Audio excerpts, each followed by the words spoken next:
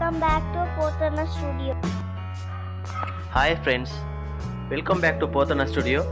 ನಾನು Ramesh. Hi friends, ಎಲ್ಲರಿಗೂ ನಮಸ್ಕಾರ. ಇವತ್ತು ನಾನು ಟ್ಯಾಲಿನಲ್ಲಿ ಕಂಪನಿ ಕ್ರಿಯೇಷನ್ ಮಾಡೋದು ಹೇಗೆ, ಆಲ್ಟ್ರೇಷನ್ ಮಾಡೋದು ಹೇಗೆ ಮತ್ತು ಕಂಪನಿನ ಡಿಲೀಟ್ ಮಾಡೋದು ಹೇಗೆ ಅನ್ನೋದ್ರ ಬಗ್ಗೆ ನಾನು ಎಕ್ಸ್ಪ್ಲೇನ್ ಮಾಡ್ತೀನಿ. ಸಣ್ಣ ಸಣ್ಣ ಆಫೀಸ್ಗಳಿಂದ ಹಿಡಿದು ದೊಡ್ಡ ದೊಡ್ಡ ಕಂಪ್ನಿಗಳವರೆಗೂ ಕೂಡ ಟ್ಯಾಲಿ ಸಾಫ್ಟ್ವೇರ್ನ ಯೂಸ್ ಮಾಡ್ತಾರೆ. ಅಕೌಂಟ್ಸ್ ಬ್ಯಾಕ್ಗ್ರೌಂಡ್ ಇರುವಂಥ ಸ್ಟೂಡೆಂಟ್ಸ್, BCom ಸ್ಟೂಡೆಂಟ್ ಆಗ್ಬೋದು ಅಥವಾ CA ಮಾಡ್ತಿರ್ತಾರಲ್ಲ ಆ ಸ್ಟೂಡೆಂಟ್ಸ್ ಆಗಿರ್ಬೋದು, ಅವ್ರು ಯೂಸ್ ಮಾಡ್ತಾರೆ. ಅಕೌಂಟೆಂಟ್ಸ್ ಯೂಸ್ ಮಾಡ್ತಾರೆ. ಮತ್ತು ಆಡಿಟಿಂಗ್ ಪ್ರೊಫೆಷನಲ್ಸ್, ಆಡಿಟರ್ಸ್ ಎಲ್ಲ ಕೂಡ ಟ್ಯಾಲಿನ ಯೂಸ್ ಮಾಡ್ತಾರೆ. ಸೊ ಈ ಟ್ಯಾಲಿ ಬಗ್ಗೆ ನಿಮಗೆ ಕ್ಲಾಸಸ್ನ ಸ್ಟಾರ್ಟ್ ಮಾಡಿದ್ದೀನಿ. ದಯವಿಟ್ಟು ಯಾರ್ಯಾರಿಗೆ ಆಸಕ್ತಿ ಇರುತ್ತೆ ಎಲ್ಲರೂ ಕೂಡ ನನ್ನ ಚಾನಲ್ನ ಸಬ್ಸ್ಕ್ರೈಬ್ ಮಾಡ್ಕೊಳ್ಳಿ. ನಾನು ಅಪ್ಲೋಡ್ ಮಾಡುವಂಥ ಎಲ್ಲ ವೀಡಿಯೋಸ್ನ ನೋಡಿ ಟ್ಯಾಲಿಯನ್ನು ಕಲಿತ್ಕೊಳ್ಳಿ. ಮೊದಲನೇದಾಗಿ ನಾನು ಟ್ಯಾಲಿನ ಓಪನ್ ಮಾಡ್ತಾ ಇದ್ದೀನಿ. ಟ್ಯಾಲಿ ಪ್ರೈಮ್ ಮೇಲೆ ಡಬಲ್ ಕ್ಲಿಕ್ ಮಾಡಿದ್ರೆ ಟ್ಯಾಲಿ ಓಪನ್ ಆಗುತ್ತೆ. ಕಲಿಯೋ ಪರ್ಪಸ್ಗೋಸ್ಕರ ಟ್ಯಾಲಿನ ಯೂಸ್ ಮಾಡ್ತಾ ಇರೋದ್ರಿಂದ ನಾನು ಎಜುಕೇಷನ್ ಮೋಡಲ್ಲಿ ಎಂಟರ್ ಆಗ್ತೀನಿ. ನೋಡಿ, ಇಲ್ಲಿ ಕಂಟಿನ್ಯೂ ಇನ್ ಎಜುಕೇಷನಲ್ ಮೋಡ್ ಅಂತ ಇದೆಯಲ್ಲ, ಇದ್ರ ಮೇಲೆ ಕ್ಲಿಕ್ ಮಾಡ್ತೀನಿ. ಸೊ ಕ್ಲಿಕ್ ಮಾಡಿದ ತಕ್ಷಣ ಈ ಥರ ಬಂತು. ಸೊ ಈ ಸ್ಕ್ರೀನಲ್ಲಿ ನೀವು ಅಬ್ಸರ್ವ್ ಮಾಡಿ ಫ್ರೆಂಡ್ಸ್, ಇಲ್ಲಿ ಒಂದು ಕಡೆ create company, select remote company, specified path, select from drive, ಈ ಥರ ಆಪ್ಷನ್ಸ್ ಇದೆ. ನಾವು ಕಂಪ್ನಿ ಕ್ರಿಯೇಟ್ ಮಾಡಬೇಕಂದ್ರೆ ಫಸ್ಟ್ ಇಲ್ಲಿ ಕ್ರಿಯೇಟ್ ಕಂಪ್ನಿ ಮೇಲೆ ಕ್ಲಿಕ್ ಮಾಡಬೇಕು. ಸೊ ನಾನು ಕ್ರಿಯೇಟ್ ಕಂಪ್ನಿ ಮೇಲೆ ಕ್ಲಿಕ್ ಮಾಡ್ತಾ ಇದ್ದೀನಿ. ಕ್ಲಿಕ್ ಮಾಡಿದಾಗ ಇಲ್ಲಿ ಕಂಪನಿ ಕ್ರಿಯೇಷನ್ ಸ್ಕ್ರೀನ್ ಓಪನ್ ಆಗಿದೆ.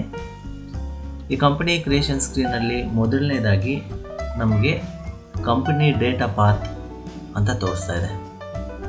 ಅಂದರೆ ನಾವು ಕ್ರಿಯೇಟ್ ಮಾಡುವಂಥ ಕಂಪನಿ ಎಲ್ಲಿ ಹೋಗಿ ಸ್ಟೋರ್ ಆಗುತ್ತೆ ನಮ್ಮ ಸಿಸ್ಟಮಲ್ಲಿ ಅನ್ನೋದು, ಅದು ಕಂಪನಿ ಡೇಟಾ ಪಾತ್ ಆಗಿರುತ್ತೆ. ಸೊ ಡಿಫಾಲ್ಟಾಗಿ ಟ್ಯಾಲಿ ಪ್ರೈಮ್ ಎಲ್ಲಿ ಇನ್ಸ್ಟಾಲ್ ಆಗಿರುತ್ತೆ ಆ ಟ್ಯಾಲಿ ಪ್ರೈಮ್ ಅನ್ನೋ ಫೋಲ್ಡರ್ ಒಳಗಡೆ ಕಂಪನಿ ಸ್ಟೋರ್ ಆಗುತ್ತೆ. ಇದು ಡಿಫಾಲ್ಟಾಗಿ ತಗೊಳ್ಳುವಂಥ ಒಂದು ಪಾತ್.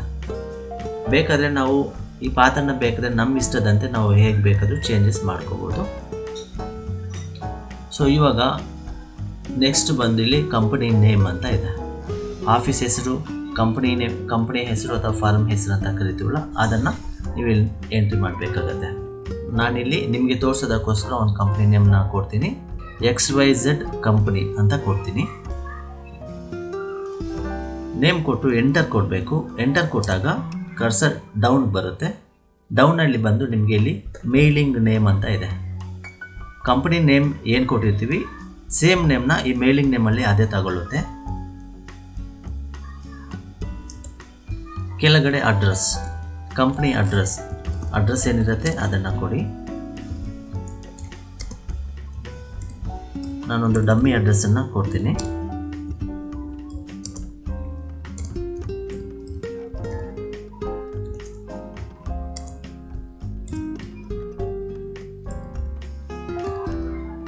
ಇದು ಅಡ್ರೆಸ್ ಕೊಟ್ಟಿದ್ದೀನಿ. ಅಡ್ರೆಸ್ ಆದಮೇಲೆ ಸ್ಟೇಟ್ ಹತ್ರ ಬಂದ ತಕ್ಷಣ ನಮಗೆ ರೈಟ್ ಸೈಡಲ್ಲಿ ಲಿಸ್ಟ್ ಆಫ್ ಸ್ಟೇಟ್ಸ್ ಹೈಲೈಟ್ ಆಗುತ್ತೆ. ನೋಡಿ, ಈ ಲಿಸ್ಟ್ ಆಫ್ ಸ್ಟೇಟ್ಸ್ ಬಂದು ಟ್ಯಾಲಿನಲ್ಲಿ ಡಿಫಾಲ್ಟ್ ಆಗಿ ಆಲ್ರೆಡಿ ಲೋಡ್ ಮಾಡಿ ಇಟ್ಟಿರ್ತಾರೆ. ನಾವು ಜಸ್ಟ್ ನಮ್ದು ಯಾವ ಸ್ಟೇಟ್ ಅಂತೇಳಿ ಸೆಲೆಕ್ಟ್ ಮಾಡ್ಕೋಬೇಕು ಅಷ್ಟೇ. ಒಂದು ವೇಳೆ ಫಾರಿನ್ ಬೇಸ್ಡ್ ಕಂಪ್ನಿ ಏನಾದರೂ ಆಗಿದ್ರೆ ಮೊದಲು ಕಂಟ್ರಿನ ಚೇಂಜ್ ಮಾಡ್ಕೊಬೇಕಾಗತ್ತೆ. ಇಂಡಿಯನ್ ಬೇಸ್ಡ್ ಕಂಪ್ನಿ ಆದರೆ ಇಲ್ಲಿ ಕಂಟ್ರಿ ಇಂಡಿಯಾ ಅಂತಲೇ ಇರಬೇಕಾಗತ್ತೆ. ಫಾರಿನ್ ಬೇಸ್ಡ್ ಕಂಪ್ನಿ ಆಗಿದ್ದರೆ ಯಾವ ಕಂಟ್ರಿ ಆಗಿರುತ್ತೆ ಆ ಕಂಟ್ರಿ ನೇಮನ್ನು ನಾವಿಲ್ಲಿ ಫಸ್ಟು ಚೇಂಜ್ ಮಾಡ್ಕೋಬೇಕು. ಟ್ಯಾಲಿನಲ್ಲಿ ನಿಯರ್ಲಿ 100 ಕಂಟ್ರೀಸ್ ಲಿಸ್ಟನ್ನು ಪ್ರೊವೈಡ್ ಮಾಡಿದ್ದಾರೆ. ನಾನು ಯುನೈಟೆಡ್ ಸ್ಟೇಟ್ಸ್ ಆಫ್ ಅಮೇರಿಕಾ ತಗೋತೀನಿ. ಇಲ್ಲಿ ನೋಡಿ, country United States of America ಅಂತ ನಾವು ಚೇಂಜ್ ಮಾಡಿದ ತಕ್ಷಣ ಈ ಕಂಟ್ರಿನಲ್ಲಿರೋಂಥ ಎಲ್ಲ ಸ್ಟೇಟ್ ನೇಮ್ಸ್ ಇಲ್ಲಿ ಅಪಿಯರ್ ಆಗುತ್ತೆ ನಮಗೆ. ಇಲ್ಲಿ ಎಲ್ಲ ಕಂಟ್ರಿಗಳಿಗೂ ಕೂಡ ಕಂಟ್ರಿ ವಿತ್ ಸ್ಟೇಟ್ ನೇಮ್ಸ್ ಟ್ಯಾಲಿನಲ್ಲಿ ಆಲ್ರೆಡಿ ಲೋಡ್ ಆಗಿರುತ್ತೆ. ನಿಮಗೆ ತಿಳಿಸೋಕ್ಕೋಸ್ಕರ ತೋರಿಸಿದ್ದು ನಾನು ಇದನ್ನು. ಸೊ ಇವಾಗ ನಾನು ಈ ಕಂಟ್ರಿನ ಇಂಡಿಯಾಗೆ ಚೇಂಜ್ ಮಾಡ್ತಿದ್ದೀನಿ. ಸೊ ಇಂಡಿಯಾಗೆ ಕಂಟ್ರಿ ನೇಮ್ನ ಚೇಂಜ್ ಮಾಡಿದ ತಕ್ಷಣ ಇಂಡಿಯಾದಲ್ಲಿರೋ ಎಲ್ಲ ಸ್ಟೇಟ್ ನೇಮ್ಸ್ ಇಲ್ಲಿ ಅಪಿಯರ್ ಆಗುತ್ತೆ. ಸೊ ನಮ್ಮದು ಕರ್ನಾಟಕ ಆಗಿರೋದ್ರಿಂದ ನಾನು ಕರ್ನಾಟಕನ ಇಲ್ಲಿ ಸೆಲೆಕ್ಟ್ ಮಾಡಿ ಎಂಟರ್ ಕೊಡ್ತೀನಿ. ಸೆಲೆಕ್ಟ್ ಆಯಿತು. ಸೊ ಇಲ್ಲಿ ಪಿನ್ ಕೋಡ್ 560041 ನೀವು ಯಾವ ಪ್ಲೇಸಲ್ಲಿ ಇರ್ತೀರೋ ಆ ಪ್ಲೇಸ್ನ ಪಿನ್ ಕೋಡನ್ನು ಕೊಡ್ಬೋದು. ಇಲ್ಲಿ ಫೋನ್ ನಂಬರ್ ಅಂದರೆ ನೀವು ಲ್ಯಾಂಡ್ಲೈನ್ ಇದ್ದರೆ ಲ್ಯಾಂಡ್ಲೈನ್ ನಂಬರ್ ಕೊಡ್ಬೋದು ಅಥವಾ ಮೊಬೈಲ್ ನಂಬರ್ ಕೂಡ ಕೊಡ್ಬೋದು, ನಿಮ್ಮ ಇಚ್ಛೆ. ಇಲ್ಲಿ ಮೊಬೈಲ್ ನಂಬರ್,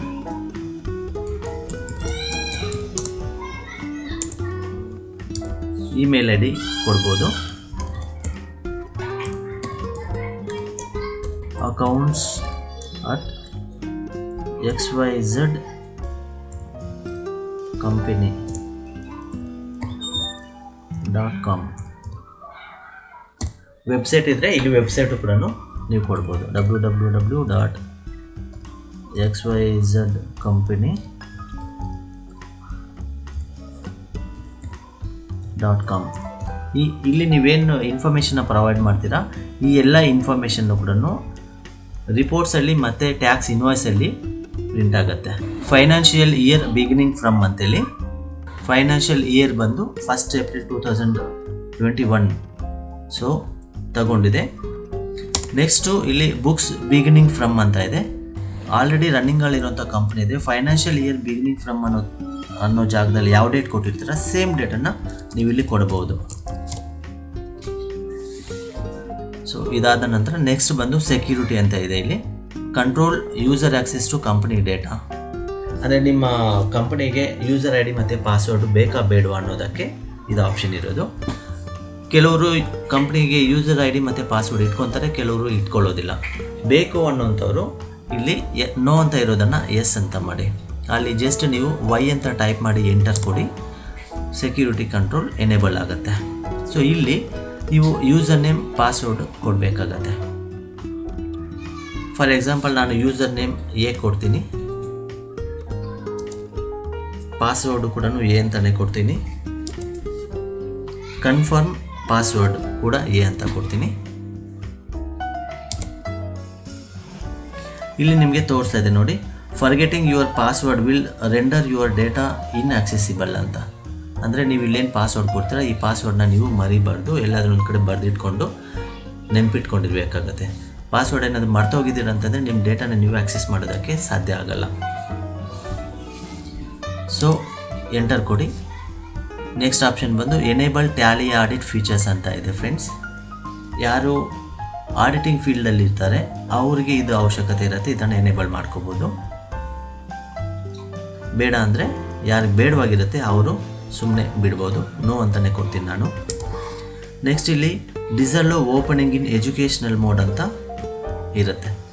ಅಂದರೆ ಇವಾಗ ನಾವೇನು ಕಂಪನಿ ಕ್ರಿಯೇಟ್ ಮಾಡ್ತಾ ಇದ್ದೀವಿ XYZ ಕಂಪನಿ, ಇದು ಟ್ಯಾಲಿ ಎಜುಕೇಷ್ನಲ್ ಮೋಡಲ್ಲಿದ್ದಾಗ ಈ ಕಂಪ್ನಿ ಓಪನ್ ಆಗಬೇಕಾ ಆಗಬಾರ್ದು ಅನ್ನೋದಕ್ಕೆ ಇದು ನೋ ಅಂತಲೇ ಇರಬೇಕು.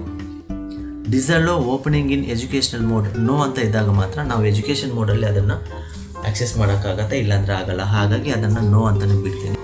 ನೆಕ್ಸ್ಟ್ ಇಲ್ಲಿ ಕೆಳಗಡೆ ಕೆಲವೊಂದು ಆಪ್ಷನ್ಸ್ ಎಲ್ಲನೂ ಆಟೋಮೆಟಿಕ್ಕಾಗಿ ಅದೇ ಲೋಡ್ ಆಗಿದೆ ನೋಡಿ. ಬೇಸ್ ಕರೆನ್ಸಿ ಸಿಂಬಲ್, ನಾವಿಲ್ಲಿ ಕಂಟ್ರಿನ ಸೆಲೆಕ್ಟ್ ಮಾಡ್ಕೊಂಡ ತಕ್ಷಣ ಆಯಾ ಕಂಟ್ರಿಗೆ ರಿಲೇಟೆಡ್ ಆಗಿರೋಂಥ ಕರೆನ್ಸಿ ಸಿಂಬಲ್ ಆಗ್ಬೋದು, ಈ ಫಾರ್ಮಲ್ ನೇಮ್ ಆಗ್ಬೋದು, ಇವೆಲ್ಲ ಕೂಡ ಆಟೋಮೆಟಿಕ್ಕಾಗಿ ಈ decimal number of decimal places paise ಇವೆಲ್ಲ ಕೂಡ ಆಟೋಮೆಟಿಕ್ಕಾಗಿ ಆ ಪರ್ಟಿಕ್ಯುಲರ್ ಕಂಟ್ರಿಗೆ ರಿಲೇಟೆಡ್ ಆಗಿರೋಂಥ ಇನ್ಫಾರ್ಮೇಷನ್ ಆಟೋಮೆಟಿಕ್ಕಾಗಿ ಲೋಡ್ ಆಗುತ್ತೆ. ಸೊ ಇವಾಗ number of decimal places for amount in words 2 ಹಾಕಿದಾದ್ಮೇಲೆ ಒಂದು ಸಲ ಎಂಟರ್ ಕೊಡಿ. ನಿಮಗೆ ಇಲ್ಲಿ ಕೇಳ್ತಾ ಇದೆ ಅಕ್ಸೆಪ್ಟ್ ಎಸ್ ಆರ್ ನೋ ಅಂತ. ಸೊ ಇವಾಗ ನೀವು ಎಸ್ ಕೊಟ್ಟಿದ್ದೀರಾ ಅಂತಂದರೆ ನಿಮ್ಮ ಕಂಪ್ನಿ ಕ್ರಿಯೇಟ್ ಆಗುತ್ತೆ. ನಾನು ಇವಾಗ ಎಸ್ ಕೊಡ್ತೀನಿ, ಇಲ್ಲಾಂದರೆ ಇಲ್ಲಿ ಎಸ್ ಮೇಲೆ ಕ್ಲಿಕ್ ಮಾಡ್ತೀನಿ. ಸೊ ನೋಡಿ ಇಲ್ಲಿ ಕಂಪ್ನಿ XYZ ಕ್ರಿಯೇಟ್ ಆಗಿದೆ. ಯೂಸರ್ ನೇಮು ಮತ್ತು ಪಾಸ್ವರ್ಡು ಕೇಳ್ತಾ ಇದೆ, ನಾನು ಕೊಡ್ತೀನಿ. ಯೂಸರ್ ನೇಮು ಎ, ಪಾಸ್ವರ್ಡ್ ಕೂಡ ಎ. ಈಗ ನೋಡಿ friends, first time company create ಮಾಡಿ ಓಪನ್ ಮಾಡಿದ ತಕ್ಷಣ ಇಲ್ಲಿ ನಿಮಗೆ ತೋರಿಸ್ತಾ ಇದೆ ಕಂಪ್ನಿ ಕ್ರಿಯೇಟೆಡ್ ಸಕ್ಸಸ್ಫುಲ್ಲಿ ಅಂತ ಹೇಳ್ಬಿಟ್ಟು. At the same time enable the features as per your business needs ಅಂತೇಳಿ ಬ್ರ್ಯಾಕೆಟಲ್ಲಿ ತೋರಿಸ್ತಾ ಇದೆ. ಅಂದರೆ ಇಲ್ಲ ಕಂಪ್ನಿಗೆ ಬೇಕಾಗಿರುವಂಥ ಫೀಚರ್ಸ್ ಏನಿರುತ್ತೆ ಎಲ್ಲನೂ ನಾವು ಎನೇಬಲ್ ಮಾಡ್ಕೋಬೋದು. ಆ್ಯಕ್ಚುಲಾಗಿ ಡಿಫಾಲ್ಟಾಗಿ ಟ್ಯಾಲಿನಲ್ಲಿ ಕೀ ಫೀಚರ್ಸ್ ಅಂತ ಇರುತ್ತೆ. ಅಂದರೆ ಯಾವುದೇ ಒಂದು ಕಂಪ್ನಿನ ರನ್ ಮಾಡೋದಕ್ಕೆ ಮೇಜರ್ ಆಗಿ ಬೇಕಾಗಿರುವಂಥ ಎಲ್ಲ ಫೀಚರ್ಸ್ ಇರುತ್ತಲ್ವ, ಆ ಎಲ್ಲ ಫೀಚರ್ಸ್ ಆಟೋಮೆಟಿಕ್ ಆಗಿ ಎನೇಬಲ್ ಆಗಿರುತ್ತೆ. ನೋಡಿ ಇಲ್ಲಿ ಕೆಲವೊಂದು ಎಸ್ ಅಂತ ಇದೆ, ಕೆಲವೊಂದು ನೋ ಅಂತ ಇದೆ. ಸೊ ಈ ಕೀ ಫೀಚರ್ಸ್ ಎಲ್ಲ ಏನಾಗಿರುತ್ತೆ, ಡಿಫಾಲ್ಟ್ ಆಗಿ ಎನೇಬಲ್ ಆಗಿರುತ್ತೆ. ಇದನ್ನು ಬಿಟ್ಟು ಬೇರೆ ಫೀಚರ್ಸು ನಮಗೆ ಬೇಕಾಗಿದ್ದರೆ ಯಾವ ಟೈಮಲ್ಲಿ ನಮಗೆ ಬೇಕಾಗುತ್ತೆ ಆ ಟೈಮಲ್ಲಿ ನಾವು ಎನೇಬಲ್ ಮಾಡ್ಕೋಬೋದು. ಇವಾಗಲೇ ಸ್ಟಾರ್ಟಿಂಗಲ್ಲೇ ಎನೇಬಲ್ ಮಾಡ್ಕೋಬೋದು ಅಥವಾ ಲೇಟರ್ ಆಗಿ ಕೂಡ ನಾವು ಯಾವಾಗ ಬೇಕಿದ್ರೂ ಎನೇಬಲ್ ಮಾಡ್ಕೊಬೋದು. ಮೇಂಟೈನ್ ಅಕೌಂಟ್ಸ್ ಎಸ್ ಇದೆ, enable bill wise entry yes ಇದೆ, ಎನೇಬಲ್ ಕಾಸ್ಟ್ ಸೆಂಟರ್ಸ್ ನೋ ಇದೆ, ಎನೇಬಲ್ ಇಂಟ್ರೆಸ್ಟ್ ಕ್ಯಾಲ್ಕುಲೇಷನ್ ಇದೆಲ್ಲ ಕೂಡ ನೋ ಇದೆ. ಫ್ರೆಂಡ್ಸ್, ಕಂಪನಿ ಫೀಚರ್ಸ್ ಬಗ್ಗೆ ಇನ್ನೊಂದು ಸೆಪ್ರೇಟಾಗಿ ಒಂದು ವಿಡಿಯೋ ಮಾಡ್ತೀನಿ, ಆ ವಿಡಿಯೋನಲ್ಲಿ ಡೀಟೇಲ್ ಆಗಿ ಎಕ್ಸ್ಪ್ಲೈನ್ ಮಾಡ್ತೀನಿ ಫ್ರೆಂಡ್ಸ್, ಓಕೆನಾ. ಇವಾಗ ಈ ಕೀ ಫೀಚರ್ಸ್ ಏನು ಎನೇಬಲ್ ಆಗಿದೆ ಅದು ಮಾತ್ರ ಇಲ್ಲಿ ಜಸ್ಟ್ ಎಂಟರ್ ಕೊಡ್ತಾ ಹೋಗಿ. ಟ್ಯಾಕ್ಸೇಷನ್ ಅಂತ ಇದೆಯಲ್ಲ, ಈ ಟ್ಯಾಕ್ಸೇಷನ್ನಲ್ಲಿ enable GST and service tax ಅಂತ ಇದೆ ಫ್ರೆಂಡ್ಸ್. ಫಸ್ಟ್ ಇವಾಗ ನೀವು GSTನ ಎನೇಬಲ್ ಆಗಿದೆ, ಎನೇಬಲ್ ಆದಮೇಲೆ ಇವಾಗ ಎಂಟರ್ ಕೊಟ್ಟಾಗ ನಿಮಗೆ ಒಂದು ಸ್ಕ್ರೀನ್ ಓಪನ್ ಆಗುತ್ತೆ, GST ಡೀಟೇಲ್ಸ್ ಅಂತ ಹೇಳಿದ್ದಾನೆ. ಈ GST ಡೀಟೇಲ್ಸ್ ಈ ಸ್ಕ್ರೀನಲ್ಲಿ GST ರಿಜಿಸ್ಟ್ರೇಷನ್ ಡೀಟೇಲ್ಸ್ ಅಂತ ಹೇಳಿದೆ. ಇಲ್ಲಿ ನಮ್ಮ ಸ್ಟೇಟು, ರಿಜಿಸ್ಟ್ರೇಷನ್ ಟೈಪು ರೆಗ್ಯುಲರ್, ಆಮೇಲೆ GST number, GST applicable from ಅಂತ ಯಾವ ಡೇಟಿಂದ ನಮ್ಮದು GST ಅಪ್ಲಿಕಬಲ್ ಆಗಿರುತ್ತೆ ಆ ಡೇಟನ್ನು ಇಲ್ಲಿ ಕೊಡಬೇಕಾಗತ್ತೆ. ಯೂಶುವಲ್ ಆಗಿ ಕಂಪ್ನಿನ ಕ್ರಿಯೇಟ್ ಮಾಡುವಾಗ ಯಾವುದು ಫೈನಾನ್ಷಿಯಲ್ ಇಯರ್ ಫ್ರಮ್ ಅಂತ ಒಂದು ಡೇಟ್ ಕೊಟ್ಟಿರ್ತೀವಲ್ವ, ಆ ಡೇಟನ್ನು ಇಲ್ಲಿ ಆಟೋಮೆಟಿಕ್ಕಾಗಿ ತಗೊಳ್ಳುತ್ತೆ. ಅದನ್ನೇ ಬಿಟ್ಬಿಡಿ. ಇಲ್ಲಿ GST ನಂಬರ್ ಹಾಕಬೇಕಾಗತ್ತೆ. ಒಂದು GST ನಂಬರ್ ಡಮ್ಮಿ ನಂಬರ್ ಹಾಕ್ತೀನಿ. ಅದಾದಮೇಲೆ ಇಲ್ಲಿ ನೋಡಿ ಪೀರಿಯಾಡಿಸಿಟಿ ಆಫ್ GST ಇಯರ್ 1 ಅಂತ ಕೇಳ್ತಾ ಇದೆ. ಅಂದರೆ GST ರಿಟರ್ನ್ಸ್ ಮಾಡೋದು ಮಂತ್ಲಿ ಮಾಡ್ತೀರಾ ಅಥವಾ ಕ್ವಾರ್ಟರ್ಲಿ ಮಾಡ್ತೀರಾ ಅಂತೇಳಿ. ಕೆಲವು ಕಂಪ್ನಿಗಳಲ್ಲಿ ಎವ್ರಿ ಮಂತ್ ಮಾಡ್ತಾರೆ, ಕೆಲವು ಕಂಪ್ನಿಗಳಲ್ಲಿ ಕ್ವಾರ್ಟರ್ಲಿ ಮಾಡ್ತಾರೆ, 3 ಮಂತ್ಸ್ಗೆ ಒಂದ್ಸಲ ಮಾಡ್ತಾರೆ.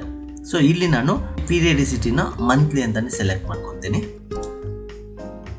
ಇದಾದಮೇಲೆ ಈ ಅಡಿಷನಲ್ ಫೀಚರ್ಸ್ ಅಂತ ಇದೆಯಲ್ವಾ, ಈ ಅಡಿಷನಲ್ ಫೀಚರ್ಸು ಇದೆಲ್ಲ ಕೂಡ ನೋ ಅಂತಲೇ ಕೊಟ್ಟಿರ್ತೀನಿ. ಏನಕ್ಕೆ ಅಂತಂದರೆ set alter GST rate details ಅಂತ ಇದೆಯಲ್ವಾ, ಈ GST ರೇಟ್ ಡೀಟೇಲ್ಸ್ ಬಂದು ಆ್ಯಕ್ಚುಲ್ ಆಗಿ ಐಟಮ್ನ ಕ್ರಿಯೇಟ್ ಮಾಡುವಾಗ ಮತ್ತು ಲೆಡ್ಜರ್ನ ಕ್ರಿಯೇಟ್ ಮಾಡುವಾಗ ಪ್ರೊವೈಡ್ ಮಾಡ್ತೀವಿ. ಹಾಗಾಗಿ ಈ ಸ್ಕ್ರೀನಲ್ಲಿ ಇಲ್ಲಿ ನಾವು ಸೆಟ್ ಮಾಡೋದರ ಅವಶ್ಯಕತೆ ಇರೋದಿಲ್ಲ. ಹಾಗಾಗಿ ರಿಮೈನಿಂಗ್ ಎಲ್ಲ ಕೂಡ ಜಸ್ಟ್ ಎಂಟರ್ ಕೊಡ್ತಾ ಹೋಗ್ತೀನಿ ನಾನು. ಇಲ್ಲಿ ಇ-ವೇ ಬಿಲ್ ಅಪ್ಲಿಕಬಲ್ ಅಂತ ಇದೆ, ಇದು ಎಸ್ ಅಂತ ಕೊಡಿ. Applicable from financial year data ತಗೊಂಡಿರುತ್ತೆ, ಎಂಟರ್ ಕೊಡಿ. ಇಲ್ಲಿ threshold limit includes invoice value ಅಂತ ಇದೆ, ಇಲ್ಲಿ ಇನ್ವಾಯ್ಸ್ ವ್ಯಾಲ್ಯೂ ಅಂತ ತಗೊಳ್ಳಿ. ಇಲ್ಲಿ ಥ್ರೆಶೋಲ್ಡ್ ಲಿಮಿಟ್ ಅಂತ ಇದೆ, ಇಲ್ಲಿ 50,000 ಅಂತ ಡಿಫಾಲ್ಟ್ ಆಗಿ ಅದೇ ತಗೊಳ್ಳುತ್ತೆ. E way bill applicable for interstate ಅಂತ ಇದೆ, ಇದನ್ನು ಕೂಡ ಎಸ್ ಮಾಡಿ. ಥ್ರೆಶೋಲ್ಡ್ ಲಿಮಿಟ್ನ 50,000 ಇರುತ್ತೆ, ಎಂಟರ್ ಕೊಡಿ. ಜಸ್ಟ್ ಎಂಟರ್ ಕೊಡ್ತಾ ಬನ್ನಿ, ಅಕ್ಸೆಪ್ಟ್ ಅಂತ ಬರುತ್ತೆ. ಇವಾಗ ಎಸ್ ಮೇಲೆ ಕ್ಲಿಕ್ ಮಾಡಿ, ಸೇವ್ ಆಗುತ್ತೆ.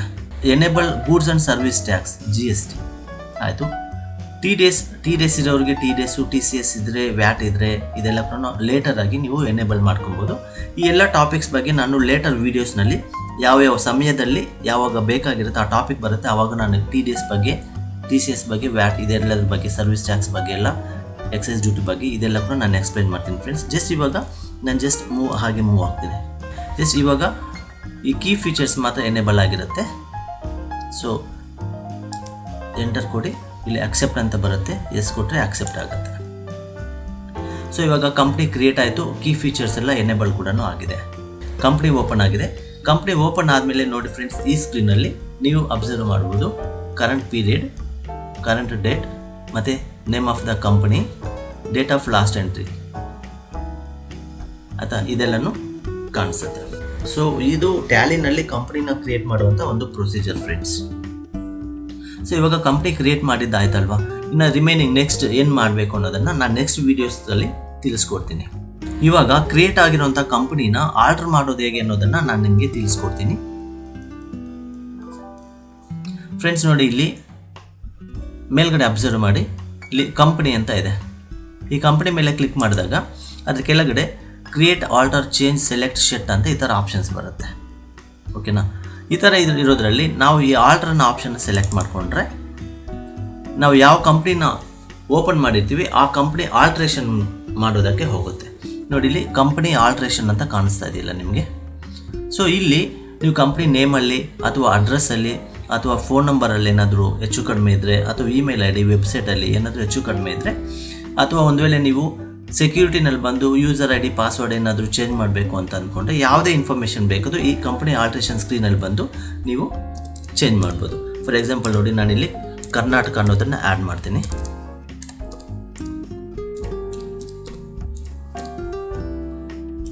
ಆ್ಯಡ್ ಮಾಡಿಬಿಟ್ಟು ಎಂಟರ್ ಕೊಡ್ತಾ ಬಂದರೆ ನೀವು ಎಂಟರ್ ಕೊಡ್ತಾ ಬರ್ಬೋದು.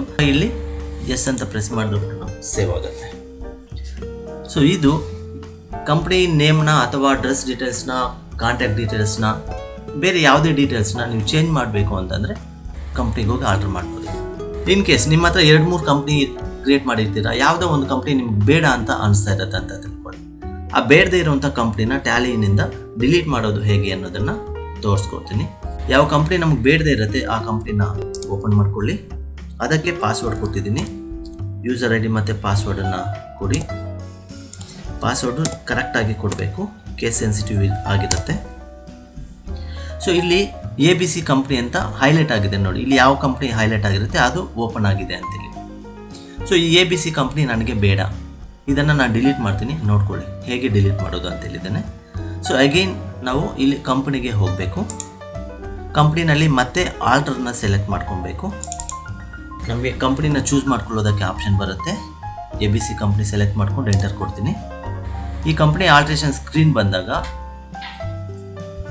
ಒಂದು ಕಮ್ಯಾಂಡನ್ನ ನಾವು ಅಪ್ಲೈ ಮಾಡಬೇಕಾಗತ್ತೆ. ಆ ಕಮ್ಯಾಂಡ್ ಬಂದು ಆಲ್ಟ್ ಡಿ ಅಂದರೆ ಆಲ್ಟ್ ಬಟನ್ನ ಪ್ರೆಸ್ ಮಾಡಿಕೊಂಡು ಡಿ ಬಟನ್ನ ಪ್ರೆಸ್ ಮಾಡಿದ್ರೆ ನಮಗಿಲ್ಲಿ ಡಿಲೀಟ್ ಎಸ್ ಆರ್ ನೋ ಅಂತ ಆಪ್ಷನ್ ಬರುತ್ತೆ.